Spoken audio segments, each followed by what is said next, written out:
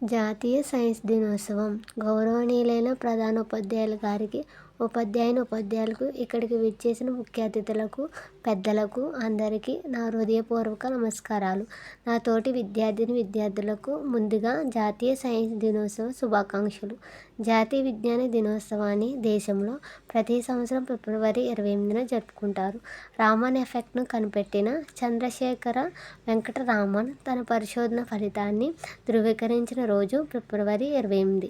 దీంతో ఆ రోజునే నేషనల్ సైన్స్ డేగా జరుపుకోవాలని 1987లో భారత ప్రభుత్వం ప్రకటించింది.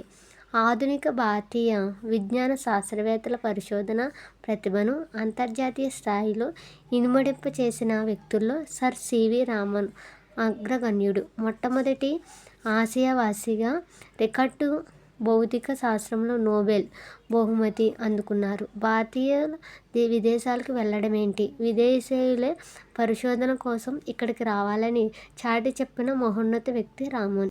నా మతం సైన్సు, దానినే జీవితాంతం ఆరాధిస్తా అని చెప్పి తుది శ్వాస వరకు శాస్త్రాన్వేషణలోనే గడిపిన దార్శనికుడు ఆయన.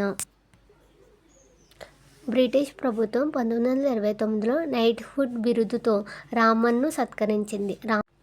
రామన్ ఎఫెక్ట్ అసామాన్యమైనదని, కేవలం 200 కూడా విలువలేని పరికరాలతో దృగ్విషయ నిరూపణ జరగడం అద్భుతమైందని ప్రపంచ శాస్త్రజ్ఞులందరూ కొనియాడారు.